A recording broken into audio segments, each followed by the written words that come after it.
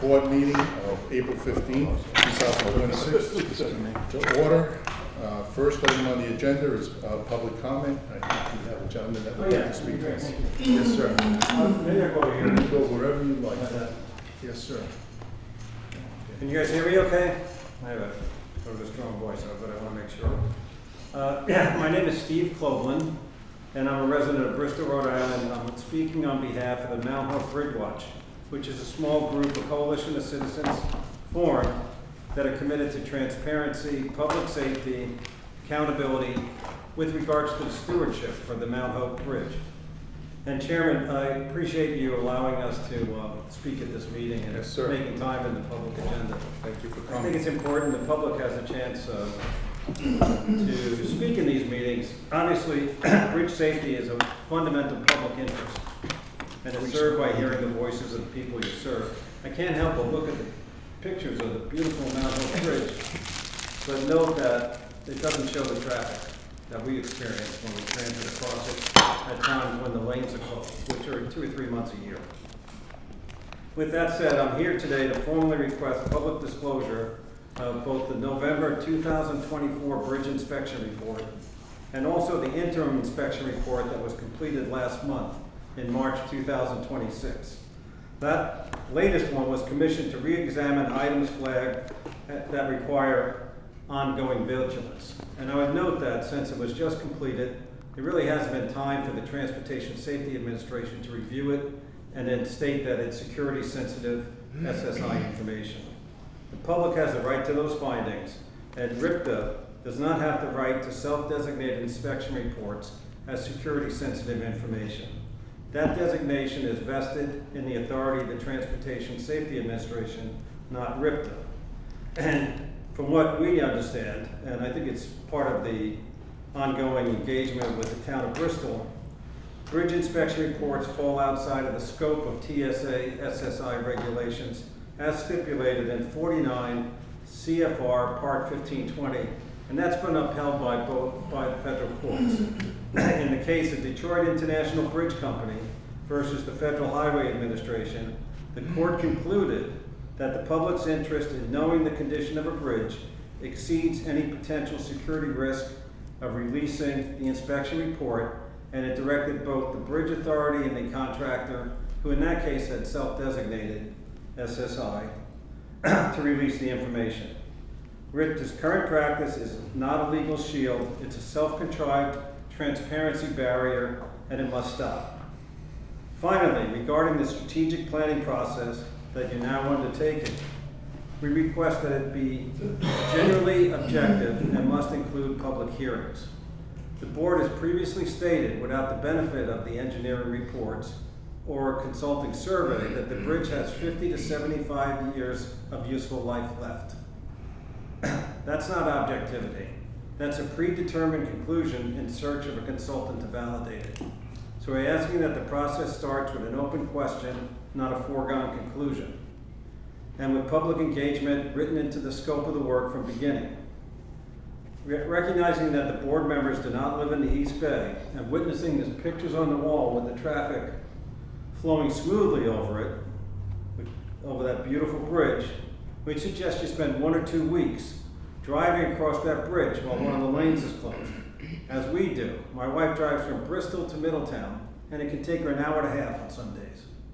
And that's not functional.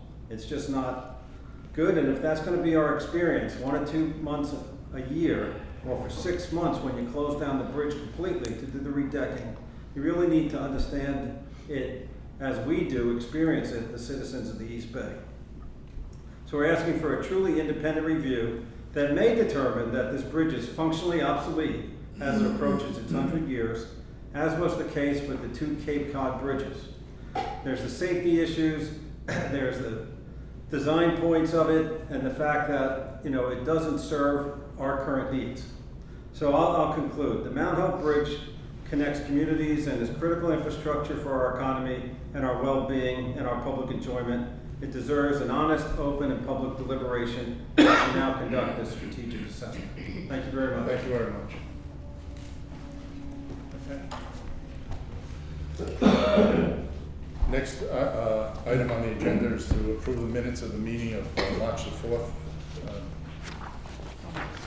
Second. Motion seconded. All those in favor signify by saying aye. Aye. Opposed, the ayes have it.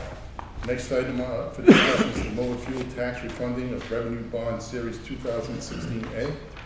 I'll take that, Mr. Chair. Thank you. Thank you. Good morning, everyone. We will be doing a refunding of the motor fuel tax bonds, Series 216A, and we need to engage bond counsel to do that. We have to certify in selecting bond counsel. We have to certify and make certain, we have to do our due diligence and make some certifications. And as I've noted here, RITPA must have bond counsel to appropriately issue the refunding. That is certainly true. There is no attorney employed full-time at RITPA who's available to serve as bond counsel. And funding for this representation is available from RITPA general revenue and from the cost of the issuance. And RITPA has confirmed that the attorney to be engaged meets the following minimum requirements. He has appropriate professional licensing. He's competent to act as bond counsel to RITPA, and as you've read in the material, he has done that before.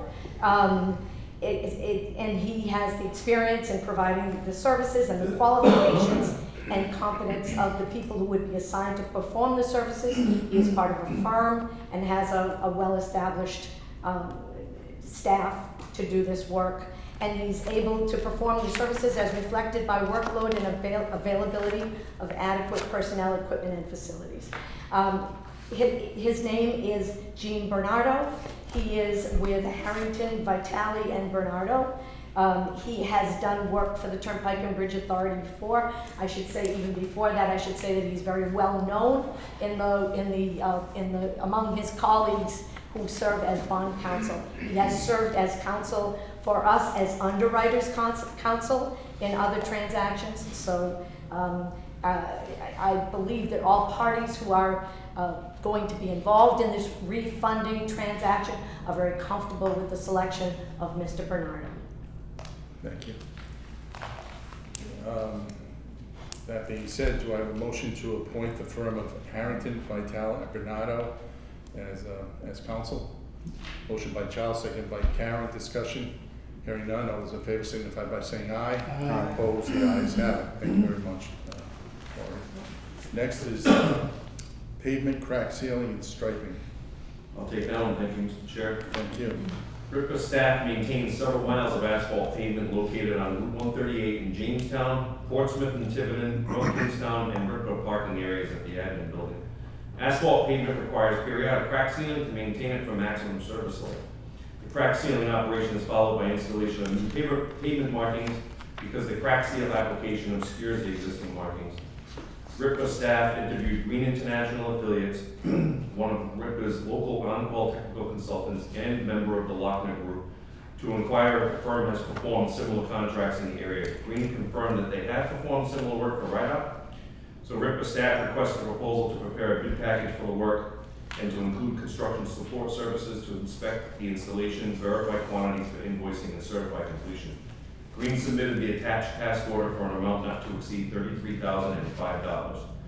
RIPCA staff reviewed and found the proposal reasonable for the level of effort described and is recommending approval to execute a task order and fee for Green's proposal in the amount not to exceed $33,005.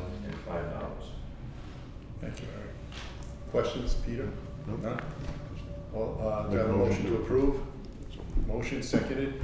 All those in favor signify by saying aye. Aye. Opposed, the ayes have it. Thank you, Eric. Sure. Next is the routine inspection of the North Main Road Bridge and Wildlife Arches. I'll take that one as well, thank you. Thank you. Federal Highway Administration requires routine bridge inspections every 2 years. North Main Road bridges and wildlife arches in Jamestown are all due for routine inspection this year. The inspection conforms to National Bridge Inspection Standards and as such is detailed and labor intensive. RIPCA will receive a detailed report as a deliverable which will be used to plan required maintenance and capital projects. RIPCA staff requested proposals and quotes from 4 of our on-call technical consultants for the inspection. 3 responses were received by the deadline, ranging from $32,115 to $36,611. Green International Affiliates Incorporated submitted the lowest quote in the amount not to exceed $32,115. Green has performed routine inspections for similar minor bridges for RIPA and is now a member of the Lockman Group of companies. RIPA staff is recommending approval of the attached proposal by Green in the total amount not to exceed $32,115 to perform the routine bridge inspection. These costs were included, the costs of the proposal were benchmarked against previous inspections for the 6 bridge structures and determined to be reasonable, and we had budgeted $45,000 total for these 6 inspections this year. Questions? Hearing none, do I have a motion? Motion by Peter, seconded by Karen. Discussion, hearing none, all those in favor signify by saying aye. Aye. Opposed, the ayes have it. Next is the vessel collision warning system. I'll take that as well. On January 9th, 2026, RIPA staff met with Scott Snelling, the founder and CEO of Roebling Labs LLC, a startup company developing a vessel collision warning system that can be used for bridge structures. Mr. Snelling has offered RIPA a no-cost 3-month pilot agreement for use for the Newport Pell Bridge. When installed for the Newport Pell Bridge, the alert system would be the first of this type in North America, according to Mr. Snelling. The pilot agreement would facilitate Roebling's development and evolution of the software while allowing RIPA staff to experience what a warning system could offer and how it would function with the RIPA TMC, which is the Traffic Management Center. RIPA would have no obligation to continue beyond the period of the pilot agreement. Roebling Labs is in Cambridge, Massachusetts, and Mr. Snelling has previously worked on the Newport Pell Bridge during his former tenure as an engineer at Parsons Brinckerhoff, now WSP. The attached pilot agreement has been developed between Roebling and RIPA legal counsel, and RIPA staff recommends approval to execute so the work can commence. You have a motion? No question. Question? Yes, Yep. sir. Yeah, I noticed in the breakdown on this that we would be providing electricity for this. Is this a Yeah. big ordeal? Because I know No. some places on the bridge it's difficult to provide electricity. The equipment wouldn't be located on the bridge either. We found a location that's acceptable to mount it right outside of the maintenance facility that's under the bridge. So all we have to do is provide a 120 outlet or a plug. It's basically the size of the equipment's like the size of a microwave, like that small microwave. So it's I just know in some circumstances it's difficult to provide the electricity. yeah, no, so we originally talked about putting it on the catwalk under the bridge, but just for liability reasons of, being able to access it Oh, for that makes future sense. maintenance, they indicated it would be acceptable to be proximate to the bridge, doesn't even have to be on the bridge, and up at the maintenance facility, you're up at a high elevation, so it can actually see basically everything it needs to see from that elevation with no land barrier. Just as a brief reminder, this came before the board for discussion, and the board asked to make sure that we developed the agreement in a way that was airtight for liability. Right. The issue with the indemnity was, because of the nature of the work, there was no way to draft it where it wouldn't also capture an indemnity for in the event of a collision. And that was too high for the company to really take on in its startup stage. It's an unlimited indemnity for a catastrophic event. The team, and led by Eric, came up with an alternative to make sure we don't have to take on the highest liability area. And we got some other pieces to accommodate a release of liability from them and those sorts of things. So really a good creative solution to manage that. My question would be, before we approve this, would be able to get him to our next meeting, so the board can meet him or ask any questions that we may have prior to entering an agreement. We could request that, sure. It would, it's just that it would delay the installation another month, but I don't, at this point, he still is willing to work with us on this, so. I mean, that's just my suggestion. Other board members can do whatever. I think it'd be interesting to have a presentation. That's, I would like to, again, just mine. I will do whatever the board, wants to do, but, other comments from the board? Karen? I'd be interested in. Yeah, I would, and Bob, Charles, yeah, I would like to have someone, representative come in, Eric, Okay. before we give the final approval on this. That way we can put our thoughts together and ask questions, that we may have. Okay? Sure. Yeah, I'll reach out to Mr. Snelling. Appreciate it. Yes, Make a motion that we ask the Mr. Snelling Snelling, to yeah. to provide us a briefing at our next meeting. Prior to our reviewing and possibly approving. Okay. So we have a motion, seconded. Further discussion? Hearing none, all those in favor signify by saying aye. Aye. Opposed, the ayes have it. Thank you, Eric. Sure. Next is the Newport Pell Bridge Pier 10E bearing replacement. Yeah, I'll take that one as well. An invitation for bid was issued on March 4th, 2026, seeking quotes for shoring, jacking, and replacement of 2 rocker bearings located on Pier 10E of the Newport Pell Bridge. 4 bids were received on April 1st of 2026, ranging from $816,400 to $2,277,375. All bids received were higher than the engineer's estimate of approximately $747,000, including the low bid at 9.3% above the engineer's estimate. WSP performed a bid analysis that included reviews of material prices, quantities, labor costs, Yes, thank you. and qualifications in the bid submissions. WSP recommends awarding the contract to the lowest responsive and responsible bidder, John Rocchio Corporation. The recommendation is to award a contract to construction contract, John Rocchio Corporation, in the amount not to exceed $816,400 for the subject work, plus a RIPA contingency of $50,000. That contingency we would control just in case there are unforeseen circumstances that could delay the project. Chairman Director Recchio was advised that he'll be recusing from discussion and/or consideration of this matter. Understood. Thank you. Questions? Yeah. This work is below deck, almost all. So Yeah, there I won't mean, be- but they would be working, you know, off of a lane, they'd be working topside going down and underneath. But yes, the work is underneath. They'll have jacking and whatnot too. But there will be some traffic considerations as There well. will be traffic considerations, that's right. And so when would that work plan to be done?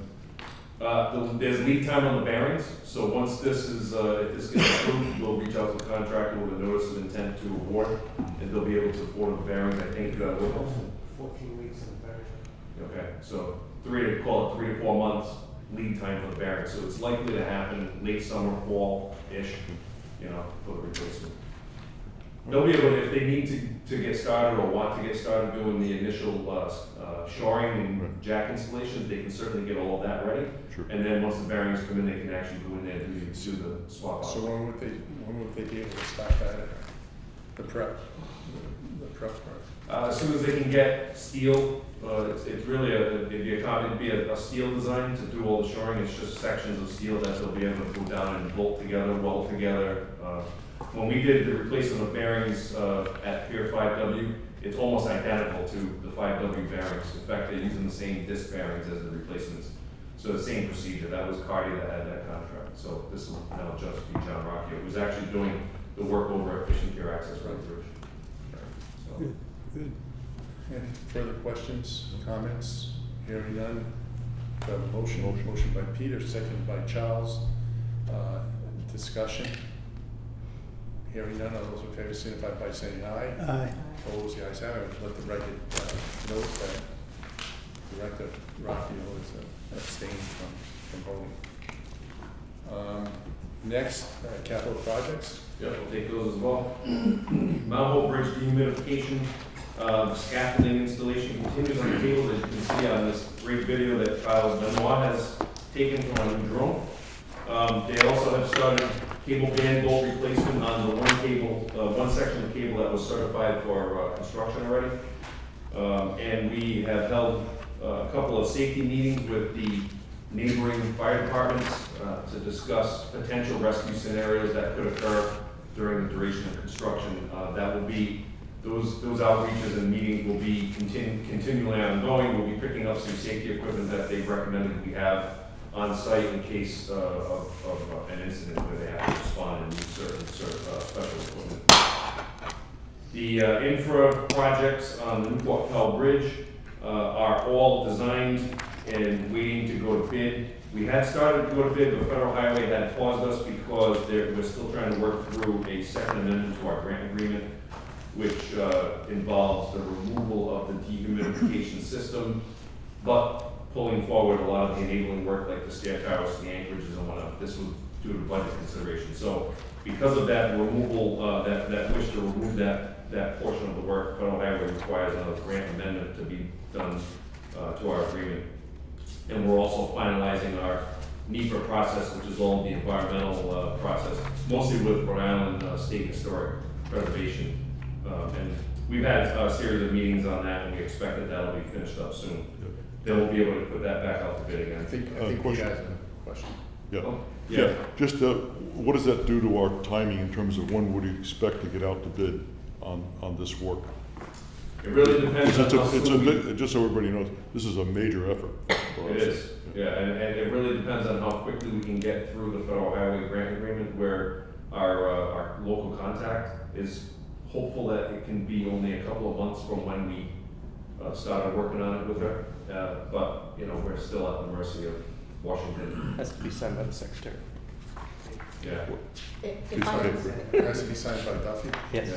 and if I may add, we've been keeping the community apprised of when we're going to start the deck work. As most people know, we did about 40% of the Pell deck in the COVID period, before COVID and into COVID. We paused it so that RIDOT could do its ramp project into Newport. We didn't want two projects going on at the same time. Now that we're ramping up again, we get questions all the time asking us, when will you do the other 60% of the deck? And what we have been telling people that they could see construction as soon as this fall, but probably more likely in the spring. With these two issues, the environmental clearances and also the amendment to the infra grant that we have to have signed off by the Office of the Secretary of Transportation in Washington, we're thinking now that it would be more likely this spring, so you won't see the actual deck work begin this fall. That's where we're at, but we keep our stakeholders apprised of what's going on, because we know they have constituents who are asking them questions as well. Right. Steel repairs and joint replacement construction for Fishing Pier Access Bridge and Jamestown Bridge. Rockwell is working on the westbound side of Fishing Pier Access Road Bridge. In fact, they've had quicker progress removing the back wall and the end of deck to do the deck over back wall detail restoration. We anticipate they'll be placing concrete shortly on that, and then they will be able to, once they bring that all back up to the roadway level, they'll be able to install the bridge joints on both the eastbound and the westbound and finalize that piece. They also have their scaffolding company, Gemstone, installing scaffolding around the piers that have the expansion joints on Jamestown that are being replaced. So those are being put in as they're working on Fishing Pier Access, so then they can hop over and start working on the Jamestown joints. The HVAC construction in this building is complete, so that'll come off the list next time. Vessel strike vulnerability assessment for Newport Call Bridge. The consultant is finalizing that right now before submitting. The deck assessment and repairs design for Jamestown Verrazano Bridge. The consultant is developing a report based on all the information they've collected on that effort. Pier 10 bearings we just spoke about. We just approved the construction contract. Bridge rehabilitation owner representative services. I added this in here because we have Michael Baker helping us with consultant selection for the Mount Hope Bridge deck effort. And we're in the final stages of selection. We're about to have the final two shortlisted consultants prepare their final proposals, and then we'll be judging based on those and selecting the final consultant for that one. Michael Baker is also helping us with our capital improvement updates, and they are preparing a draft for submission for us to consider and take a look at. Full equipment building generator design, and we held a kickoff meeting. The consultant is now working on that. And Evans Ave Bridge undermining repairs design is being finalized for going out for quotes right now. That's about it. Questions? I have one. Yes. When was that? When was this done? These, That was about 8 AM last Friday. okay. No traffic. Right? At that point in time, no, like, this period of time when this traffic is there, but most of the time it's closed. We don't take a lane until 9. I'm sorry? We don't take a lane until 9. Until 9. Right. And then until? 9 to 3, Dave. 9 to 1 on I Friday. was just gonna ask you on Yeah. Fridays. Okay. Yeah. And not on weekends? No weekend work. Thank you. Next, Laura? I think we have financial Oh, reports. financials. Jeff? Got me already? Yeah, Jeff? Jeff, you're the most important person in this room. Well, as always, I'll be brief, but if you have any questions related to I the apologize. detailed financials, I'll be glad to answer those questions for you. Total revenue for the first 8 months of fiscal year 2026 was higher than budget by $6.2 million, or 20%. Traffic was lower by 1.2%, primarily due to weather-related events. Collections on past due invoices were higher by $3.9 million, or 88%, and bill by mail revenue was up $1.5 million, or 40%. Operating expenses were lower by approximately $500,000, or 5%, primarily due to lower personnel expenses as a result of open positions in maintenance, customer service, employees out on FMLA, and the timing of bridge inspections. This is partially offset by higher fees resulting from a third-party vendor who is providing supplemental phone support and image review services to support the authority's customer service department. Total revenue was higher by $7.2 million, or 24% when compared to prior year. This was driven primarily by higher bill by mail revenue and higher collections on past due invoices.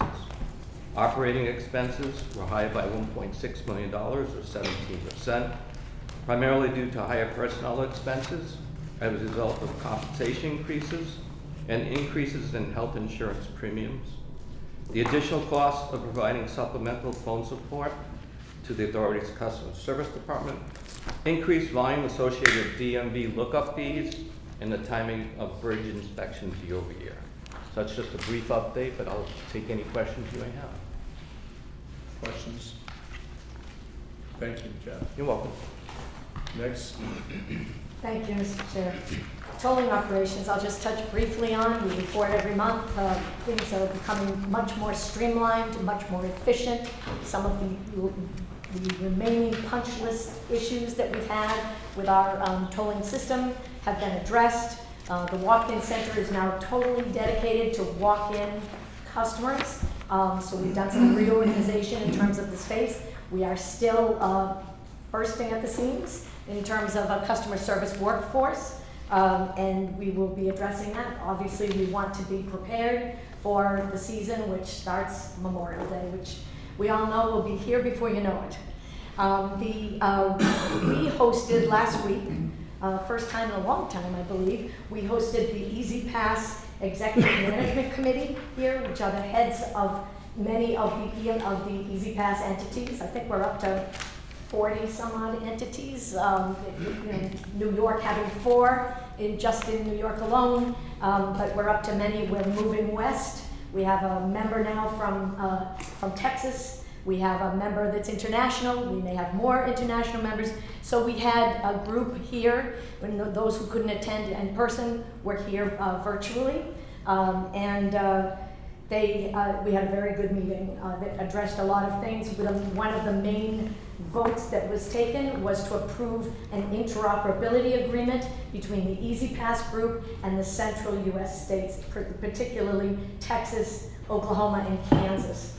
So we're looking to make the customer experience easier, and that's always the goal. So we now will have more interoperability where our staff can exchange tolls and exchange files with vehicles that are coming from these other states, and we get the benefit of it as well. So that's pretty exciting. On the Pell Bridge vessel strike vulnerability, we are in the planning stages and getting ready to conduct a tabletop exercise that will be spearheaded by Rhode Island Emergency Management. It involves all the law enforcement and fire department personnel. It involves the Coast Guard. The date has not been finalized yet, but that will take place, and it will be a full-fledged exercise as if, I was going to say collision, but I've been taught that the word is allision when a vessel hits a bridge. So the word is allision, a vessel allision, A-L-L. So we will do an exercise where we assume, make some assumptions, and we respond as if it were happening to make certain that we are absolutely prepared. So that's that, and the last thing I would mention is that the next board meeting is our annual meeting, and that's scheduled for May 13th. Thank you. Thank you. Questions? Okay. Good. Okay, we need to go into executive session. You want me to read the motion, Mr. Yes, Chairman? please. We'll ask the board to consider a motion to enter into executive session for the following matters. Pursuant to subsection 1, a discussion of the executive director's job performance review in accordance with the Transparency Act 42-155-5. And please note for the record, the director has been advised of her right to have that meeting in open session and has not so elected. 2 litigation matters in accordance with subsection 2, that's discussion, vote, or other action related to the town of Bristol versus TSA and RITPA, that's CA number 126CV150, and discussion, vote, or other action related to a potential non-public litigation matter, and that's related to the Mount Hope Bridge resurfacing. And finally, in accordance with subsection 5, discussion, vote, or other action related to the potential lease of real property for public purposes, potential lease of office space for tolling-related operations, consisting of considerations related to the acquisition or lease of real property for public purposes or the disposition of publicly held property, or in advance public information will be detrimental to the interest of the public. Thank you. Do I have a motion to go into executive session? Motion by Charles, seconded by Karen and Peter. Discussion, hearing none, all those in favor signify by saying aye. Aye. Opposed, the ayes have it. Thank you.